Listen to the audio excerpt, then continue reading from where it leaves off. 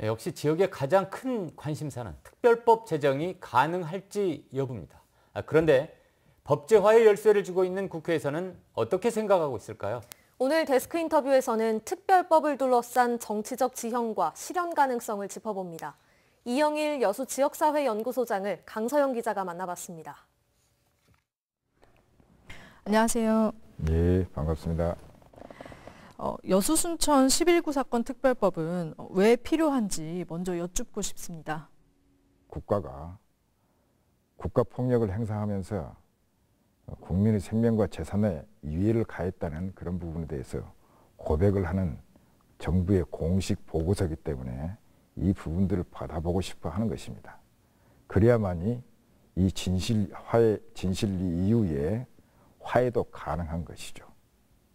후손들을 위해서도 이 부분들은 반드시 짚고 넘어가야 될 것이고, 남북 정세를 보더라도 우리 한국 사회의 마지막 남은 민족사적 과제인 여순 사건이 이제 과제로 남아있는 것입니다.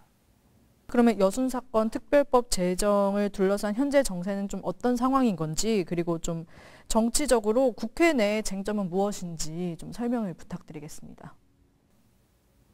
지난 7월 28일 날 상정은 됐어요.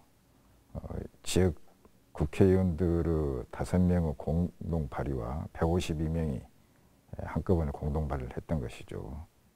국회 행안위 수석 검토 보고서가 2가지 문제점들을 노정하는 거예요. 첫 번째로는 진실화해위원회에서 같이 포괄해서 하는 것이 좋지 않겠느냐, 형평성에 맞춰서 라는 것입니다.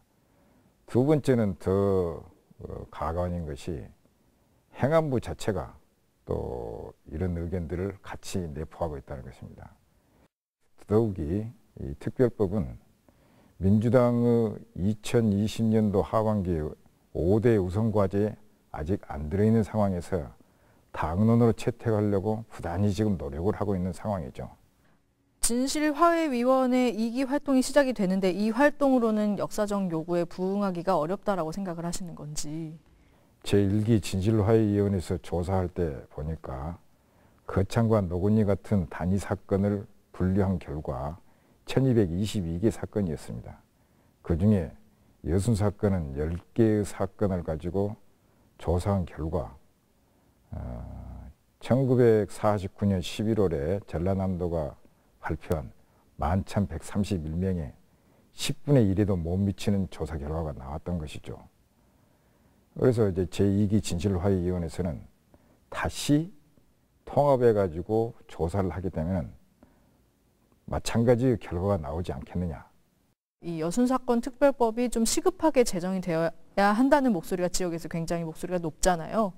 그 이유는 무엇이라고 생각하시는지 궁금합니다. 내년 3월 9일 전에 대선 국면 전환이 되기 전에 이 문제를 좀 해결해야 된다는 것이죠. 왜냐하면 20대 국회 대통령 국면으로 접어들면은 아무래도 쟁점 법안들을 회피하는 것이 각 당의 입장이거든요. 그렇다면 이 부분들이 여순 사건이 쟁점 법안이 아니 될 수가 없는 상황이라 긴박하게 이 일들을 추진해야 되지 않겠냐라는 그런 이야기입니다. 그 입법의 속도를 조금 더 올리기 위해서는 우리 지역사회는 좀 어떻게 대응을 하는 것이 좋을까요? 가장 영향력 있는 중심 조직에 있는 민주당의 대표들에게 우리가 계속 입장을 호소할 수밖에 없는데, 김태인 대표가 그런 강한 의지를 가지니까 더욱더 우리가 대시를 해야 될 것 같고, 여기에 현재까지는 좀 제3자적인 입장으로 방관하고 있는 이낙연 대표가 더욱더 자기 입장을 밝히면서 민주당의 당론을 공론화하든지 아니면은 이 입장에 대해서 보증을 하든지 어떤 형태로든지 간에 자기 입장을 좀 표명했으면 좋겠다는 의지입니다. 소장님 말씀 감사합니다. 예, 수고했어요.